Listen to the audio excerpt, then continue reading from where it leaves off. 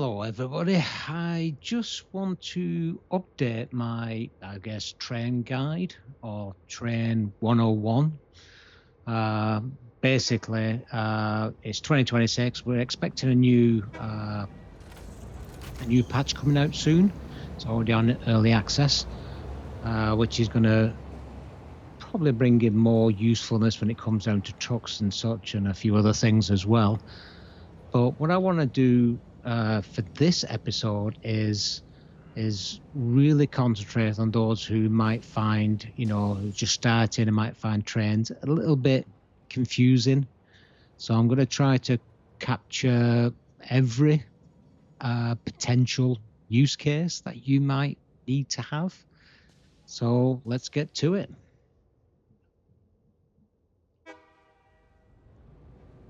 So this is my test bed. So I thought I would start something brand new for 2026 when it comes down to trains. So what I want to do now is go through each potential option, and the first and easiest option is the dual one-track system. So these can go both ways on the same track. From station A, for example, all the way over there to station B.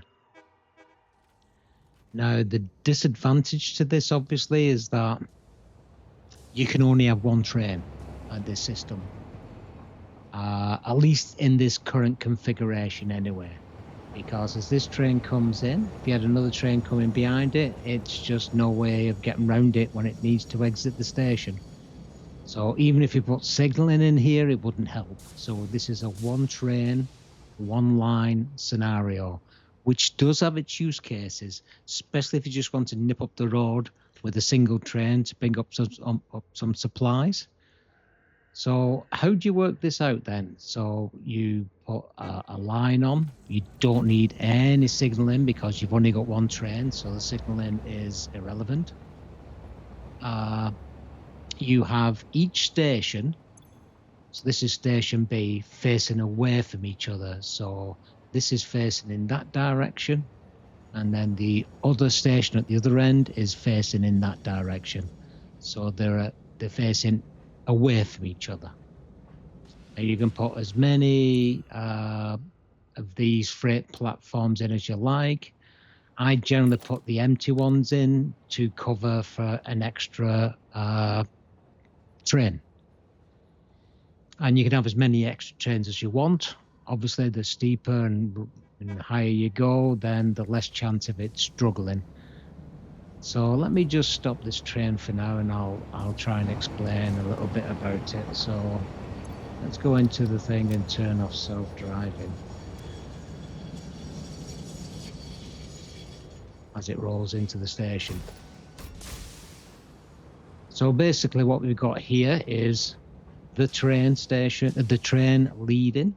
So this is leading in that direction, and it will go into here. So this train will stop at the actual station itself. So this is the railway station. Now, any freight wagons need to be sat underneath a freight platform. And then any spur can either be dangling over the edge, or you can put this empty platform in if you like. And there's this empty platform, and there's also a version which has these access paths as well. So that's as straightforward as it gets. Now you have to choose which one is going to be your unload and what is going to be load. Now it always chooses load as its default. So if that is set for load, then you will need to set this platform as unload, and then it will pick up items from that station that you've loaded in, and it will drop them off at this station. Now we've set it to unload. Now it isn't initially intelligent. However, you can go into here and, oops, I'll come back out. Go into press Q, edit the timetable. Now this is a certain locomotive. So station A, you can choose what you want to do when a train arrives. So for this train in particular, so let's confirm that. So let me discard this change. So let's call this train A1. Hit return. So train A1 is going to station A and then station B. Now it will pick up anything there, drop off anything there, depending on what's in there at the time that they unload. So if you want to make it more, I only want to pick up concrete. So if you've got like a number of platforms, so you've got 6 platforms and the 5th platform has concrete, so you could send a train with 6 freight trains on it, and then you just need to add whatever you want dropping off or whatever you want picking up. So for example, I can say at this station I'm not going to load any, but I'm going to expect him to drop off concrete. Save. So now it'll not load anything at station A. It will unload concrete, but that's obviously not what we've got. We've got it the opposite way around, haven't we? So if there's concrete and then we're going to drop off none, or you can leave that empty, doesn't really matter. But basically it will only pick up concrete from A, and then B, you can say, I only want to unload that concrete, nothing else. And this is useful if you've got like multi-freight trains on your train, and you only want to drop off one particular resource, and then hit save. So that's a way of going in, and then you save the changes. So again, you look at your train, you edit the timetable, and then you choose. You can go into this gear icon here. You can choose how long it's going to wait for. You can choose that once a load has been completed, or freight wagon is fully loaded, so it'll just wait until it's fully loaded. I usually have it on once unload has been completed, so regardless of what's in there, whether it's a full load or not, it will just move it in. Or wait for, and then this is, you can choose. You can say, if there's nothing there for me to pick up, I only want to wait 5 seconds. Save. And then you can also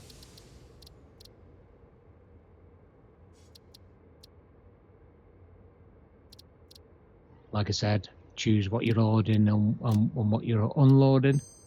And then finally, if you want to add another station for it to go, so you want to go, let's say there's another station here, you just click the add button, and then there it is, it's added to your route. If you want to remove it, you click the X and it removes off, and then just remember to save your changes. And then once you're in manual driving, you can turn on self-driving, and there you go, all done. So that covers of how you get goods from A through to B, set to load at one side and the other station at unload. If you have more than one freight, you just need to set it to what particular items you want to load and unload, which could be useful for your logistics. There's several different use cases for that. I'm not going into that, but at the end of the day, you've got that option. You just got to remember that whatever your load is, if it's in the second of carriage, which is the freight train, that's where it'll land. But if you've got concrete, but your concrete lands here, it's not going to unload. So the only other logistics side, you've got to make sure that your particular load you want to unload or pick up is in the right freight platform. So that's it. That's the simplest way of doing the dual way single track system. Now we can sort of add to that in a way. You can have a single track system with more than one train, as long as part of that system has dual tracks, so trains can pass each other. Quite straightforward. So how does that work? Well, you got to have signals on this system. So what is a signal? This is a block signal. A block signal covers, depending on your travel. So if you're traveling in that direction, then you always want it on the right-hand side, the signal for that traffic. And then same on the other side. So if I were running this way, I'd want to see the traffic light on the right-hand side, the signal, sorry. So and what happens is that between one block and the next is one blocked rail. So that means only one train can enter that block, and it will be a red signal. As you'll see here, if I can get it just in time, that's a red signal, no entry, until that leaves. Once that leaves, that will become green. So this is how this works. Now, to get this working on a single track, this part here is dual. And I'm not sure if I think of this, but to get the track working on a dual, you must have an engine facing each direction you were expecting to travel. So you got one going that way and one going that way. So it doesn't go in reverse, it needs one which is leads. You don't have those two trains other side, then the dual track isn't going to work. So, and that's same on this one as well. So you can see I've got a train at that end which goes that way, then I've got a train on the other end which goes this way. That's what you must have when it comes down to single rail. Now this is a single rail, but what happens here, so what I've done here, you need to put some blocking signals, excuse me, it's the wrong button, at the end here. But you can't put it at the end because it's ended. So you have to put a bit of rail there, and I've just ended it with a rail block. But that just allows me to put this on both sides.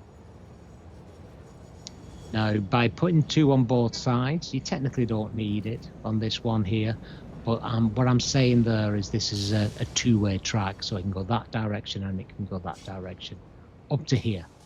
But once I go over to this side, it's a one-way track. So it knows it can't go down that way because that's a no entry, because the actual sign is on this side. So this is a one-way track here. So it won't let that go that way. And this is a one-way track in that direction. So basically when a train is here, we'll make the other train to wait here until that's free. And that comes off here and out the other way.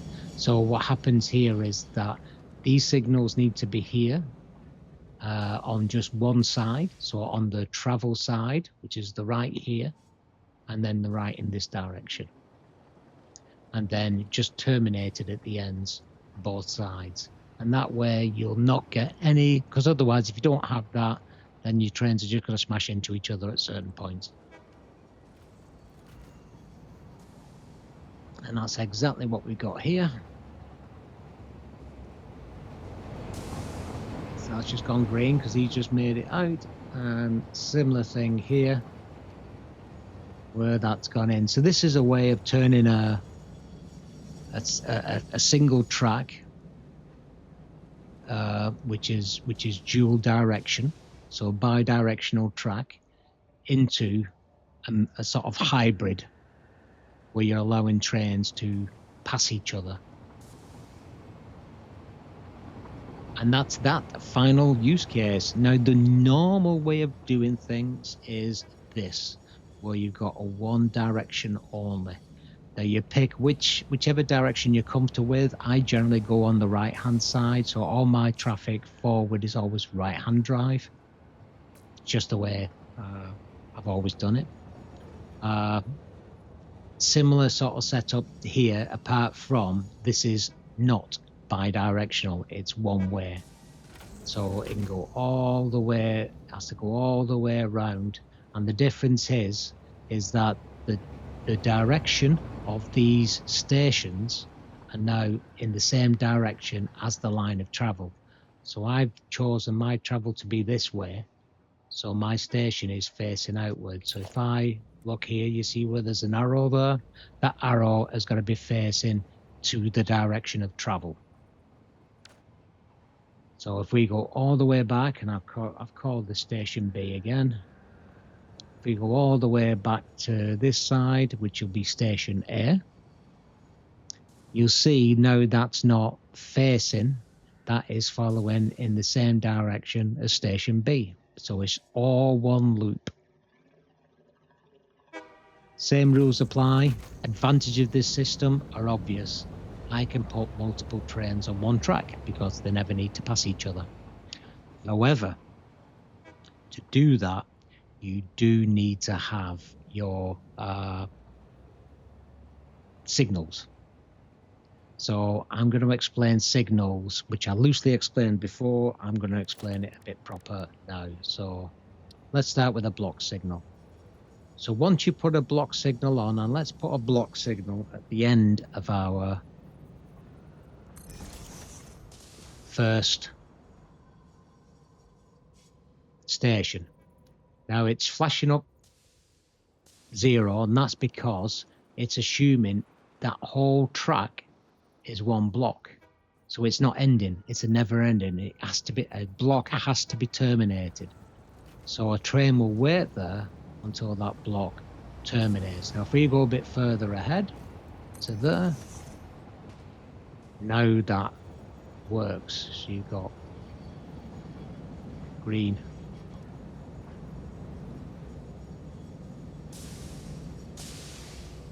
That's green, so it's going to let him go out once he's finished. But this, you notice, is no entry. Why is that? Because the rest of it is all a block all the way to this, including the station. So until that train has moved into this side, this won't turn green. So let's just wait for that. Should go green any second. There it is. So it's just passed outside of that now. So we've only got 2 blocks in here. We've got this small one, and then we've got this humongous one. So basically, when you start messing about with signals, the minimum block you can have is 1, which is 2 block signals. So that's there and there. But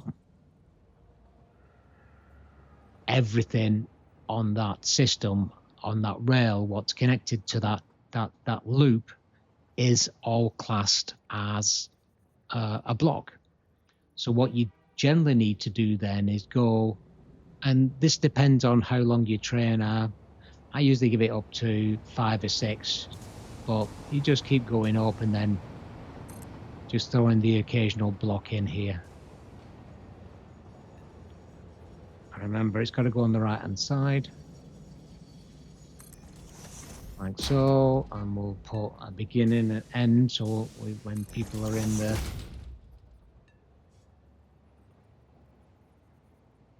station.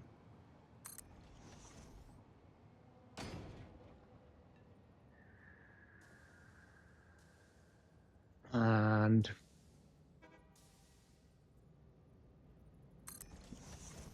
So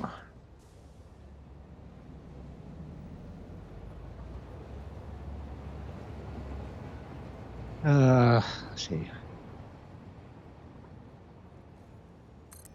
So,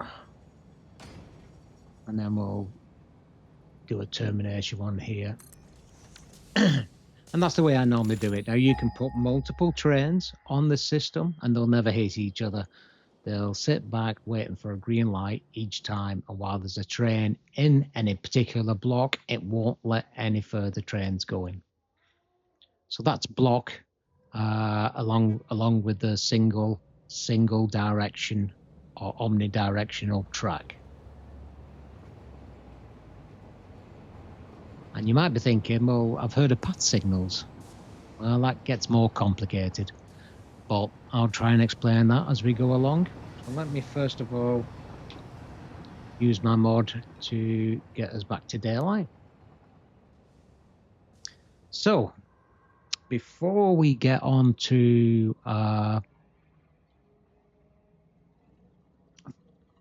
complex junctions, it's probably worth noting how to do an accurate bend, a 90-degree bend. There is a rule of thumb. It's 3 up, 3 down, 3 up and 3 across. So like that is that should give you the perfect 90-degree bend. 3 up, 3 across, bend. So let me show it here. So I've colored the tiles in here. So we go 3 up and then 3 across. Now, if I go like that and like that to the end, that is a perfect turn. And this one is the same, 3 up, 3 across. That is another perfect curve. So you can get some really nice, really good curves on this. Obviously, you can do it smaller than that, and then, you know, whichever way you do it, that's fine. Right. The next thing I am going to go through now is complex junctions. So looking at this junction here, do you think that junction will work?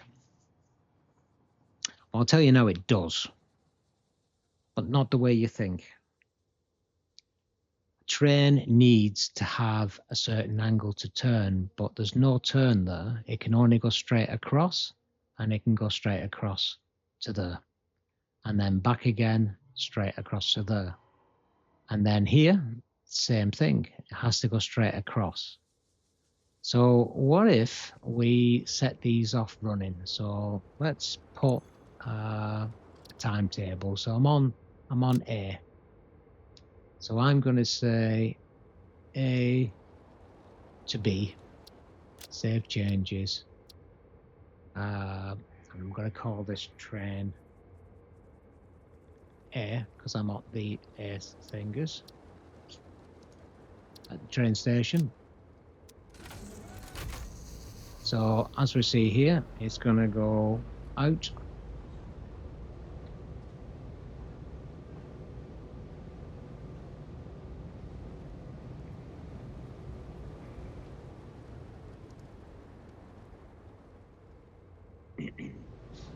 Right, so we're going to now go across.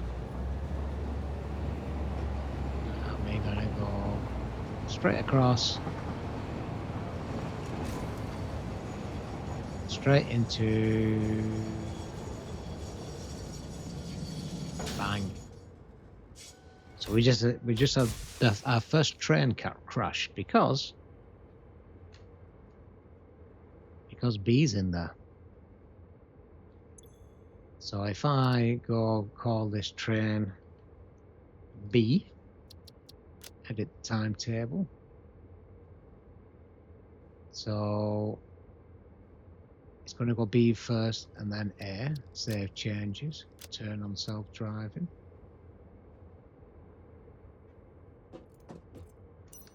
I might have knocked this off, so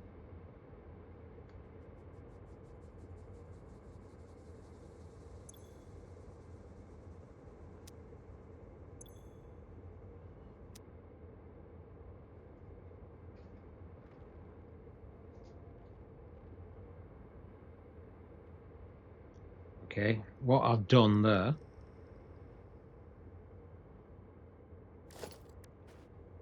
if you look at, if we go take off self-driving and go forward, there we go.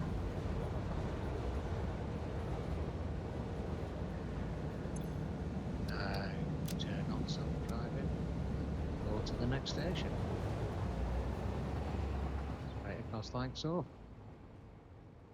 And while this one's on this one. So this is going to loop all the way around because it needs to go to here first before it stops at that one. But you can see what's going to happen here, can't you? So let me go into here, turn off self-driving.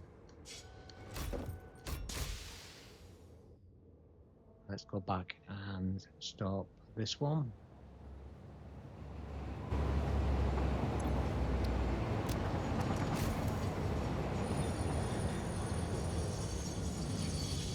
I'm going to back this one right up out the way, so it's in its own quadrant. And I'm going to make some changes.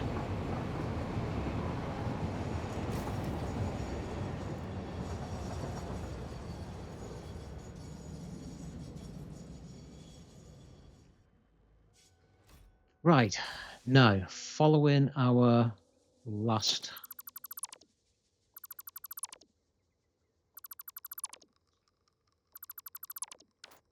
now I'm going to be going on right here, so I can either go straight across or I can turn to the right here.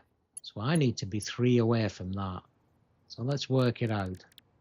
So if I click on custom, 1, 2, 3, and a 1, 2. Okay, so to get my perfect, I need to be from here.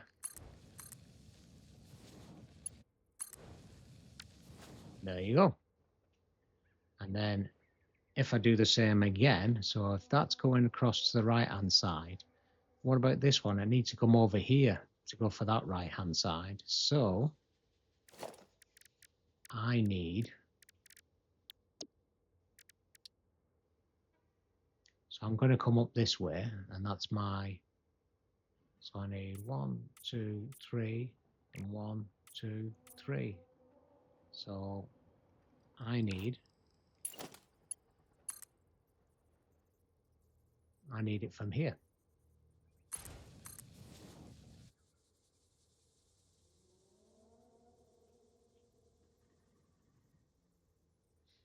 One, two, three, 1, 2, 3, but it is slightly skew whiffed, so I'm going to join that there, like so. So now when I'm on the right, I can go straight on, or I can turn right, or I can turn left, and still be on the right hand side. So all I need to do now is connect across there, and we're good to go. So coming from this direction, I can go to that station, I can go to that station, and I can go to that station. So that means I can get everywhere. But coming back, I'll be on this rail. So let me just reduce that. So I need to come onto this one here. So this one here. So 1, 2, 3, and then 1, 2, 3. So little UBs on that one. And then I can potentially go on that one. So let's see if it'll let me go onto that, and it does. And then straight across. So now from this direction, I can go that way and that way, or straight across. But what about from this direction? So if I'm going right here, again, I can go into here. I'm going to be,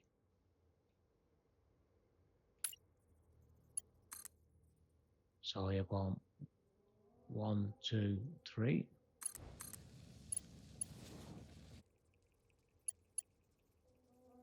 So So 1, 2, 3.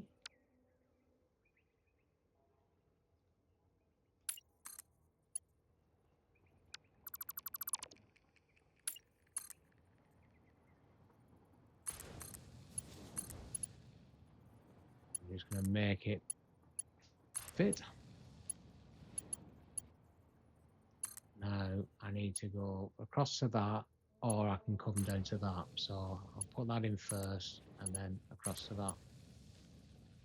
And then to finally finish it off. So let me go. I need to be 3 away from that. So 3, like so, and then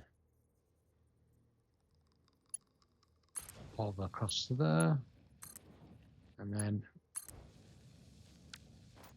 now that is a hugely complex junction. So straight onto that, or I'll go on that and straight across there. And again, always driving to the right hand side, and then again right, straight across, and then to the right hand side. And then last but not least, all right, up to that one, straight across again to the right hand side. So that is a really complicated junction, but it should work. Now, obviously, if we set all our trains going, it's going to be a nightmare. So what we're going to do here is go back to transport, pick our block signal, and I'm going to put our first block to be there, and then exit out here, and then the exit block there, and then the exit blocked here. Now for this direction, do the same thing. So exit there, and then block finished, and then block out. And then if we go on this side, entrance here, that's already got a block, that's already got a block, and that's already got a block. Then the last one is, that's already got a block, that's already got a block, that's already got a block. So what's wrong with that?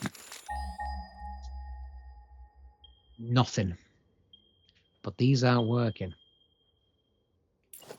So let us first put some blocks in. So I'm going to put a block on the station itself.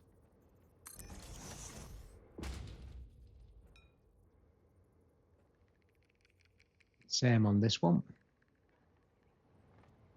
And again, I'm sitting on the right side, so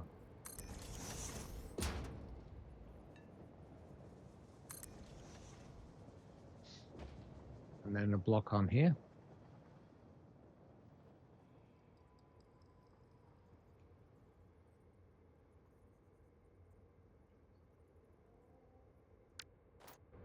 Train's in the way, just let me move it out a bit.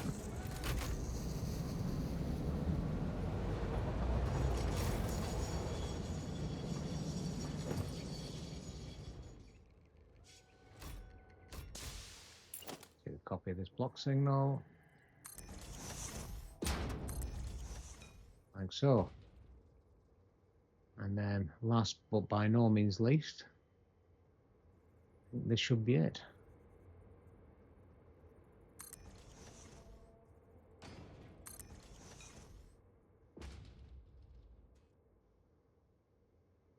I think we're all covered there. But it's still not working. So why is that? I'll tell you what it is. So we've got this block here. If we click on this, the signal loops onto itself. So why does that happen? So that signal there isn't ended. Because we've got this green here. So that's sending fine there. So sometimes when you put things too close, so I'm going to delete that.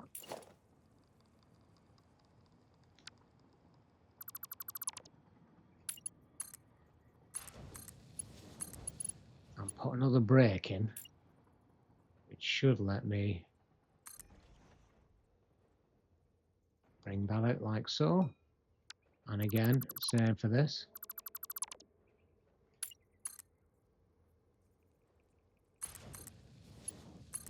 Sometimes when the blocks are right on the junction, it doesn't trigger. Don't know why that is, but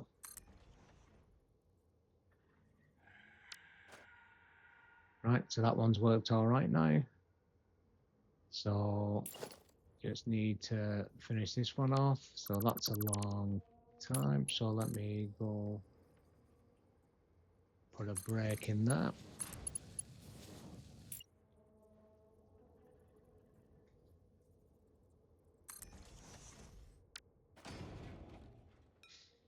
Now everything is all right, and you can see anything in that dark green. See, we need another one there as well, because that's too high.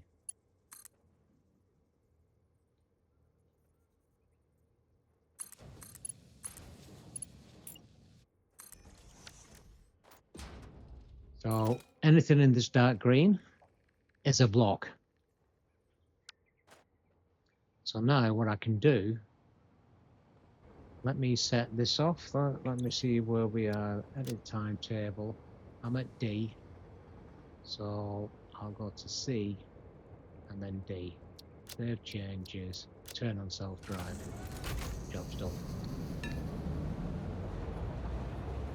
Now if we go to A, this is going to go to B first.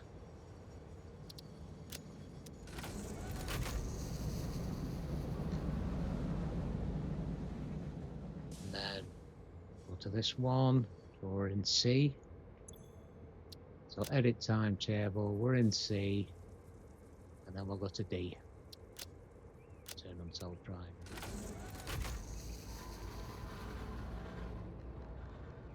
And then finally, this should be the last one. We're at B. Should just be able to turn on self-driving.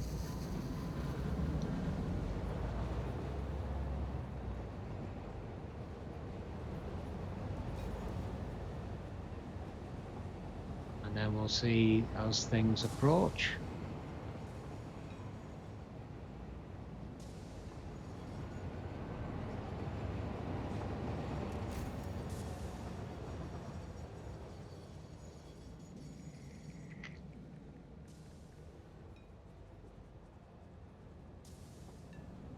Now, on a complicated junction like this, that didn't need to wait while he was over there.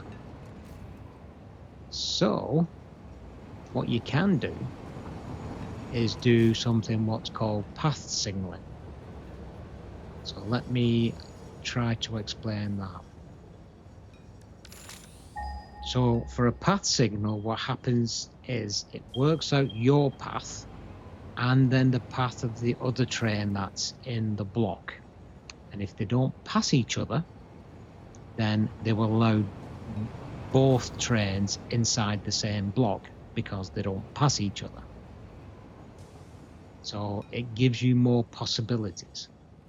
Now there is a rule. So basically for every entrance, there has to be a path. So that's one entrance to this junction. This junction will have this entrance. This junction will have this entrance, and it won't work until I've done this entrance. Now all should work fine, and that is the only rule. So if you take this junction as a specific area, every entrance to that area has to have a path signal. You can't mix it with path and block. Every exit has to have either a block or a path. It doesn't really matter because you can chain paths.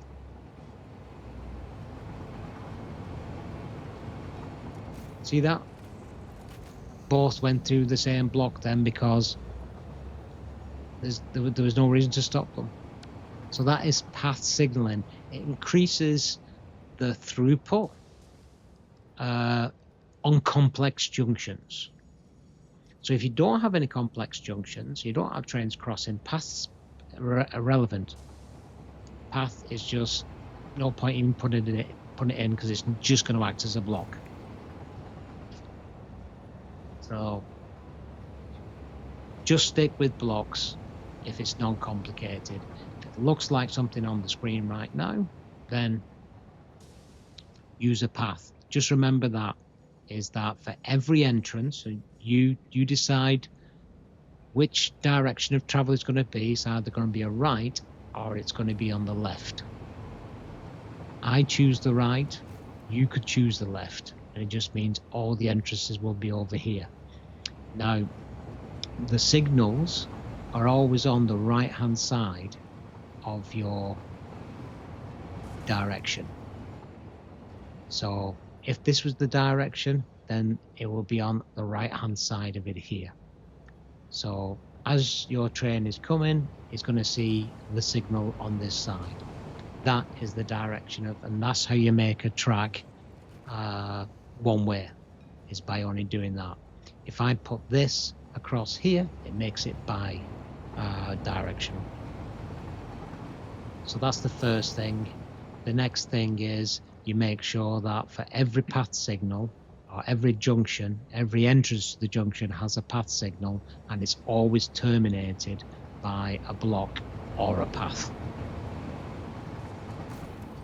But just play about with it, guys. And if you can't, if for some reason your lights aren't working, just try like I've done here, just move it down a bit. Sometimes if you get too close to this junction, it just doesn't pick it up. You know, if you got like more than one rail and you try to put it here, it's like, which one am I on? So it just gets, sometimes you might have to go all the way to here before it picks it up properly. But yeah, there you go, mate. And if you enjoyed that, you feel it's got, you know, some value to you, then, you know, give me a like, give me a subscribe, and let me know in the comments. But for now, that's as much as I can let you sort of know. If there's anything that I haven't explained properly, or if there's anything that you're still struggling with, you know, reach out in the comments and I'll try and answer your query. But really, signaling is simple once it clicks. Until it clicks, it's like you know, it's like magic. But as soon as you know, as soon as you get it, you think, what the hell? Why did I find it confusing? I mean, it took me ages to get used to it, but that's the easiest way I can explain it. Hopefully, you'll have picked something up you didn't know. If you still got some confusion, then let me know in the comments and I'll try and help you out. Until then, I will bid you all a fond farewell. Bye, everybody.